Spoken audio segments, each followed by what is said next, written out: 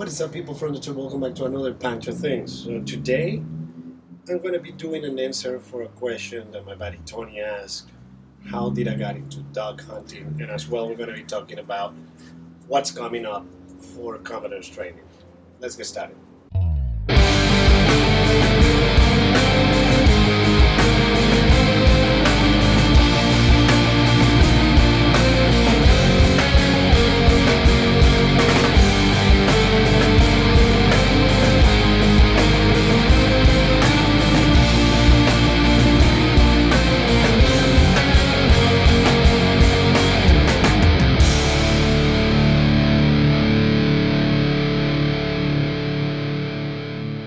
It was a cold winter's night. No. Actually, that was a process. We all, in one way or another, are familiar with the Dog Dynasty. And watching the Dog Dynasty, like, I was presented with duck hunting. So, but at that moment, that particular moment in time, duck hunting didn't grab me. What grabbed me was fishing. And I started doing research about fishing and learn. I'm a city guy, so learn how to properly fish. Like, I can throw a hook with a worm, but I don't know what I'm doing. So I started doing my research. As many of you might know, if you go to like a sports store or a Walmart or anything like that to buy hooks, it's extremely overwhelming.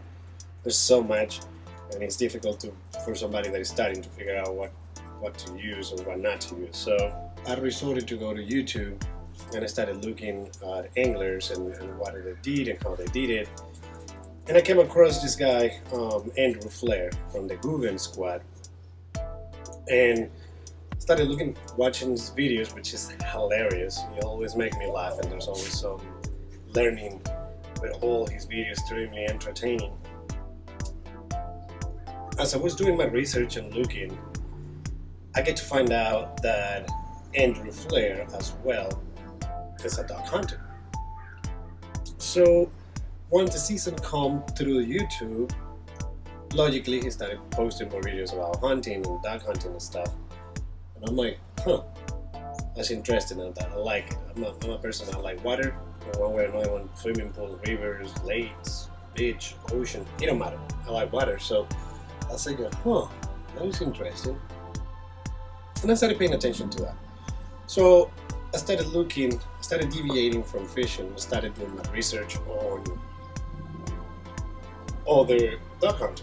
So I came across Mid-Valley Mercenaries, Bobby Guy Films, Outdoor Out Limits. I came across a plethora of people on YouTube, and I started learning and looking and seeing. And the more that I watch, the more that I started getting tied to it. Now, I had no mentor. My mentors were all these guys on YouTube. I don't know them personally, which it would be fun to meet these guys, because like the little bit that I know is thanks to them. So I started doing my research, and while watching these videos, I get to realize that they're using dogs as well. And I'm like, wow, this is kind of like a perfect match, because I love water, I love dogs. That's exclusively golden retrievers. I love golden retrievers. So I was like, hey, this might be something that I might be interested in. But life is life, and things happen, and I moved to California. And it isn't until I get to California that I'm like, let me get back to this and start doing more research. And I can do my research, so I started slowly acquiring everything. Dog hunting is one of those things that it can be quite expensive really quickly. All the prices can add up really quick. So I bought a pew, and then I started getting 6 decoys here. And God, funny enough, I only have one pair of pants that are camo. I only have one t-shirt that is camo, and a couple of hats. Like, pretty much every time that I go dog hunting, I have to rewash all my clothes, because I don't have that much camo stuff, because I had to figure out and put all my resources together and get as much as I could with a little bit of money that I have. So once I got to the first season, unfortunately on the first season I didn't know. I'm fresh, I didn't know what to do. I put a couple of reservations, but I never got anything. So I got to duck hunt twice on the first season, only 2 times, and I got to shoot my first bird. And that to me was just like, wow, I like this now. So physically it's extremely demanding. And I wasn't making things easier either, because I didn't have all the right gear to make things happen. So I pushed those 2 dates, I shot my first dog, and I was just like, yes, I do like this. I like the outdoors, I like camping and all that nice stuff, but this was a challenge. This was a challenge to go out there and make things happen. So I'm also a chef, so I do enjoy the fact of being able to harvest a dog and make a meal out of it. I think that's the point. Now, me personally, as Francisco, I do not consider hunting a sport. I consider hunting a way of life and a way to understand nature and how things work. So through this one season, I kept watching all these guys doing YouTube. I kept learning, I kept focusing. On the off season, I decided to start buying more gear, the things that I thought I needed, and prep for the next season. So season number 2 happens, and once again, I'm still learning, I'm still figuring things out. That's when I realized that you can do walk-ins if you don't get any reservation. Now, you're going to be the last people walking into the field, but you might have an opportunity to go hunt. So I did as much as I could during that season. So I got 2 reservations come through towards the end of the season, and I injured, I messed up my leg, and I could fulfill only 1 out of the 2.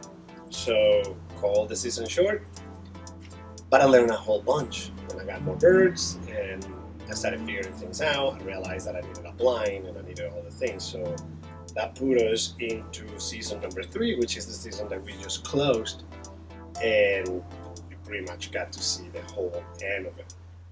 And logically, I got Commodore and started training the dog, and it's been a journey, and it's interesting that, yes, not having a physical mentor, somebody that can be with me on each hunt and teach me, I have managed to find the information, the relevant and good information from excellent sources, as I mentioned before, all those guys, Joel Strickland from Surviving Dog Hunting Season.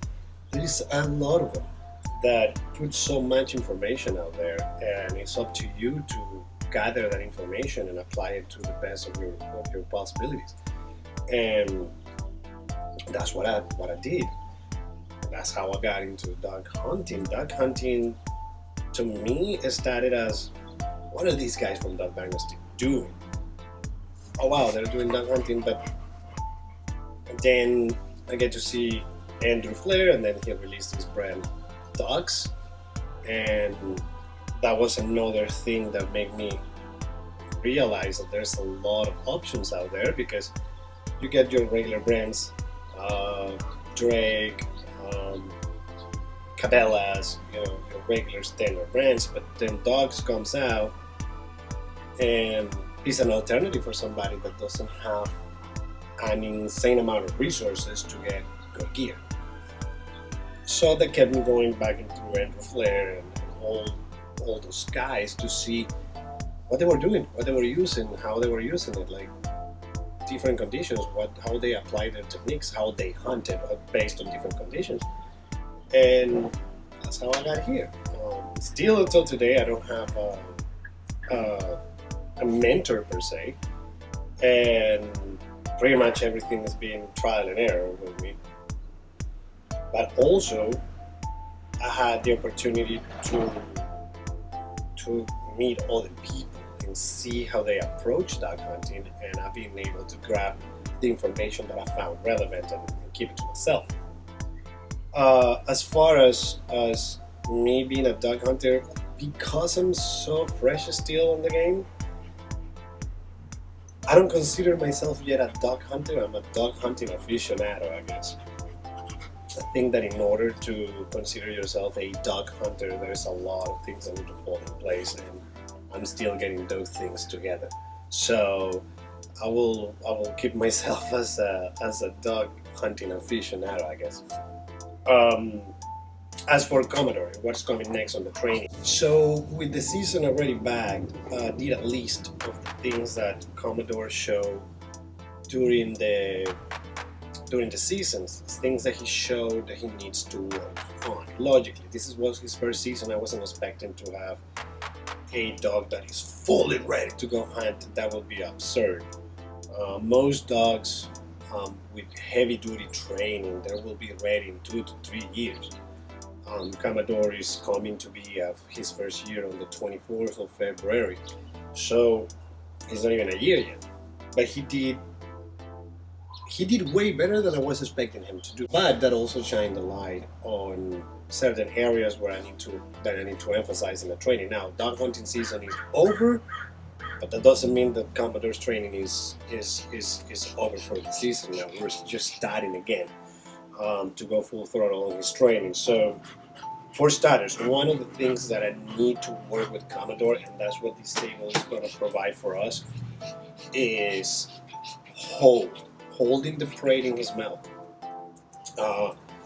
Commodore during training will release the birds in hand, but for some reason in the water, when he needs to shake the water off, whatever, he will drop the prey anywhere, and forcing me to get closer to him and retrieve. That's a no-no. We don't want that. So what we want is him to completely come to me and deliver to my hand on command. So the first part that we're going to be working, and you're going to see a lot of content coming from this table, is hold conditioning. We need to get Commodore to hold the prey and release it on command. That will solve quite a few issues. The issue of him releasing the prey in the middle of the water, or the issue of him releasing short. Now the problem with this is not him releasing the prey. I'm still young enough to bend over and grab the prey. The idea here is that if you grab a bird that is crippled and he releases them on water, then we're going to start in the chasing game. And the possibilities of you losing the bird, because if at this point he's in the middle of my line of fire, I won't be able to shoot the bird so he can retrieve it, because he's going to be in the middle. So the possibilities of you losing a crippled bird are high, and we don't want that. As a dog hunter, you want to make sure that if the birds get shot, the birds get to your back as much as possible. So that's when hold conditioning will come. Hold conditioning is going to solve all those little tiny issues. Now, as I said, this is not going to put Commodore into a full ready stage, but it's going to get us closer to the line. The second stage where we're going to work is blind retrieves. Commodore display issues on if he could see the bird falling in a particular area, he will go and pick it up. But if the bird was a little bit out of sight, he didn't know what to do.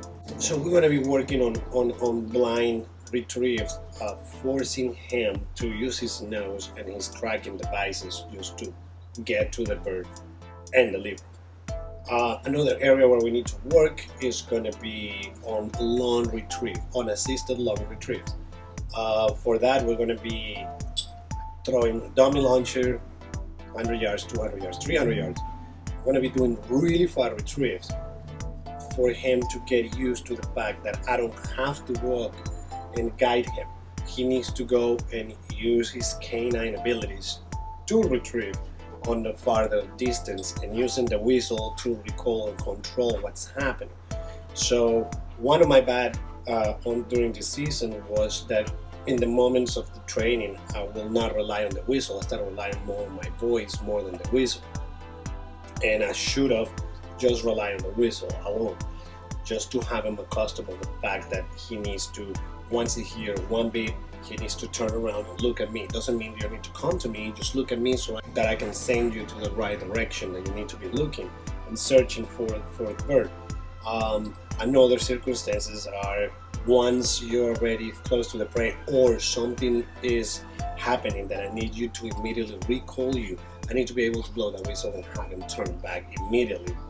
He needs to stop what he's doing and come back to me. So we need to work a lot of that. So we're going to be working on whistle conditioning, we're going to be working on long retrieves, we're going to be working on hold conditioning, we're going to be working on straight line retrieves, blind retrieves. He actually, on the steadiness, surprisingly, he did amazing. I was really worried that I will have a dog that is breaking all the time, and nope, he actually did extremely well. As far as the gunshots being fired, we did a proper gun introduction to him, so at any point in time we had any issues with that, which I'm really happy about. And the one thing that I was extremely pleased and happy about is that he doesn't have a hard knock. That's an issue that I didn't want to deal with, and we're lucky enough to not have that problem. So yeah, that's what you're going to be seeing for the most part on this off season. You're going to be seeing me doing that. I'm going to be doing a lot of recipes with the dog. I still have a bunch of dog, and we're going to start cooking some of that. I'm going to be making sausages. I'm going to be making a lot of stuff.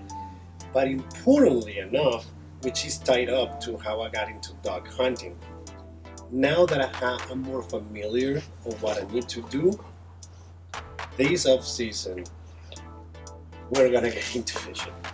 I want to teach myself how to fish, and I happen to have a really good friend of mine that he's in the same boat. We want to learn how to fish, and we are going to collaborate together, and we're going to get this done. We're going to learn as much as we can during this off-season time, as well as working with the reptiles as usual.